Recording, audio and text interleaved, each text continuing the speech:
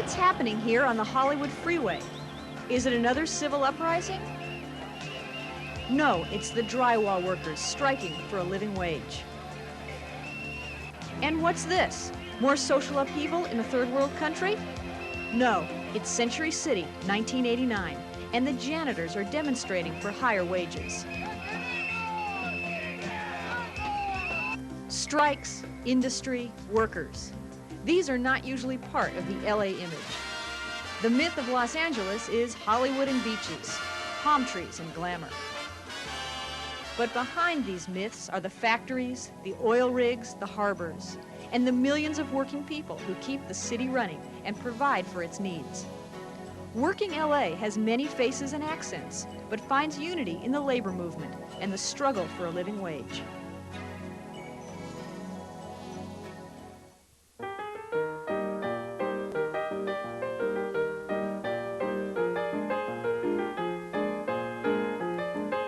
The story of working LA is more dramatic than any Hollywood epic. For over 100 years, working people, many who were recent immigrants, built this city. In the 1800s, thousands arrived, and working-class communities cropped up near downtown, South Central, and East LA. For years, LA's business and government leaders fought workers' unionization efforts, even utilizing the violent force of the LAPD when necessary.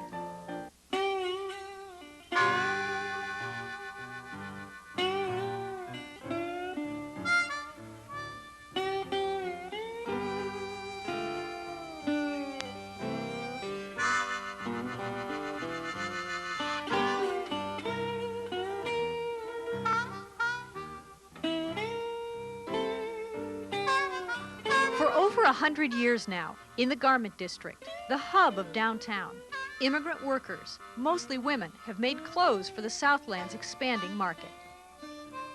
The International Ladies Garment Workers Union, or the ILGWU, led by skilled Anglo male workers, was small and weak in the early decades of this century. They had few resources and little interest in organizing immigrant women workers. But one Jewish pioneer was sent from New York. Rose Pasota won union recognition and a living wage for Latina dress and sportswear workers in 1933, and led another successful organizing effort in 1941. But Pasota's efforts were not typical, and the ILGWU did not even attempt to organize immigrant workers for another 30 years. It was not until the 1970s that the garment unions began a sustained effort to organize immigrant workers. Christina Vasquez, ILG union organizer. It was like when I started, I think the policy of the union was not to organize immigrant workers. They had this view of the immigrant worker as the traitor to the labor movement. I remember in the ILG hearing people saying if we have a strike and they replace the strikers with undocumented workers, we're going to call immigration on those workers. And I mean, that was the mentality. In the late 1970s and early 80s, the high-paying industrial labor sector of LA's economy began to erode.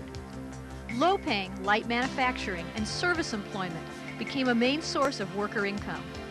Many of these workers were new immigrants. Unions like the ILGWU, the Service Employees International Union, or SEIU, and the Hotel Employees and Restaurant Employees began recognizing the importance of organizing immigrant workers. Maria Elena Durazo. Being from a farm worker family, number 7 family of 10, we worked all our lives in the fields, and I was basically, exposed to what the conditions are of farm workers who are primarily immigrant workers. I think it was that background that attracted me to getting involved in the rights of immigrants in this country, and so I met some organizers with International Ladies Garment Workers Union, and as a result of getting to know them, the ILG This was about in 77, 78.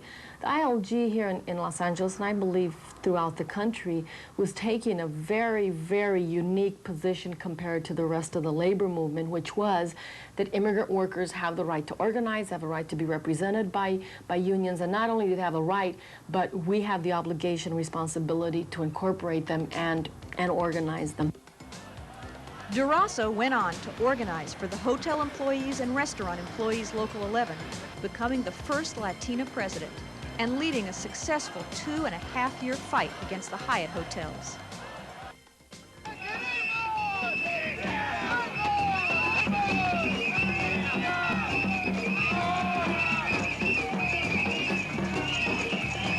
Another sector that has experienced tumultuous labor struggles is Local 399 of the SEIU, which began the Justice for Janitors campaign in 1985. Janitors who clean the high-rise corporate quarters had experienced wage cuts in the previous 10 years from $7.50 to $4.25 per hour. It's like all janitors. Nobody survives with the $4.25 that we make for 8 hours. We're forced to do other work during the day. It has to be this way because otherwise we won't achieve anything with $4.25. We have to pay for rent, food, bills, and help our families. That's why all janitors have 2 jobs. Janitors, with many supporters, held a march and rally in 1990 in Century City against one of their employers, International Service Systems. The police refused to recognize their permits and brutally attacked the demonstrators. Leaders repeatedly yelled, "No provoke," and twice members attempted to submit to arrest, and twice were beaten. Then, when union organizers ordered a retreat, the police moved in with a vengeance. I was bent over. I wasn't stealing. I wasn't carrying drugs or anything of that sort.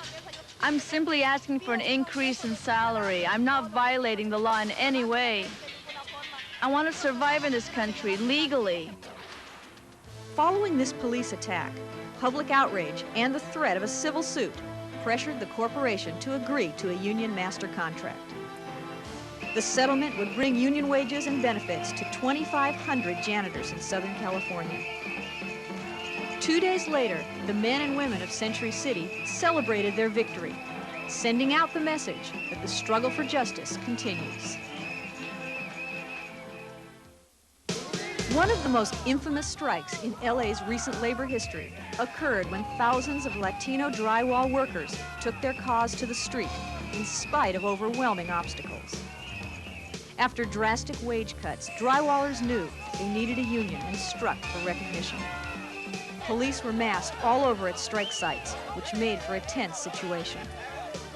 In June 1992, a confrontation with police led to the strikers fleeing to the Hollywood freeway and closing down one of the busiest arteries in Los Angeles. The police, in full riot gear, arrested 68 strikers. Throughout the summer and fall, hundreds more were arrested. The Immigration and Naturalization Service also detained some of the drywallers. While most have legitimate green cards, the status of some is still pending. Despite arrests, potential deportations, and numerous other harassments, the drywall workers represent the cutting edge of the labor movement. And I'm going to get union, since it's been 10 years that I've been working for free, for 4 cents to 6 cents square feet. And I don't want to do that no more, so I want to get union, better prices, better benefits, everything for my family and for my guys, for my people.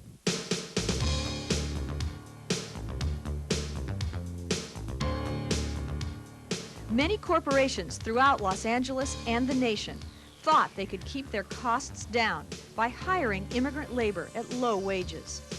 But these workers organized and fought for union wages and benefits and set an example, not just for other LA workers, but for the entire labor movement. They are forming labor community coalitions, fighting for social change, and putting the movement back into labor.